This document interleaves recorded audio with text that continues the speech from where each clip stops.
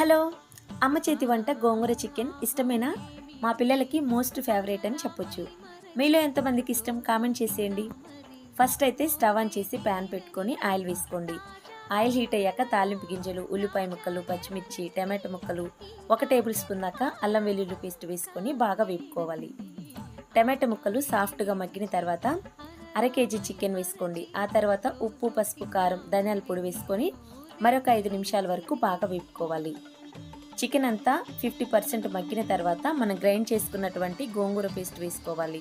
Next ఇందులోకి 1 cup దాకా water వేసుకొని అంతా బాగా కలుపుకొని దీనిపైన మూత పెట్టి ఒక 5 నిమిషాల వరకు మీడియం ఫ్లేమ్ మీద ఉడికించుకొని ఇప్పుడు మూత తీసి 1/2 టేబుల్ స్పూన్ దాకా గరం మసాలా, సన్నగా కట్ చేసిన కొత్తిమీర తరుగు వేసుకొని సర్వ్ చేసుకున్నట్లయితే రుచి అనేది ఏమైనా ఉంటుందా? ఫుల్ వీడియో కావాలంటే మన ఛానల్ కింద ఉంది, చెక్అవుట్ చేయండి. ఈ వీడియో నచ్చినట్లయితే సబ్స్క్రైబ్ చేసుకొని ఓ లైక్ చేయండి.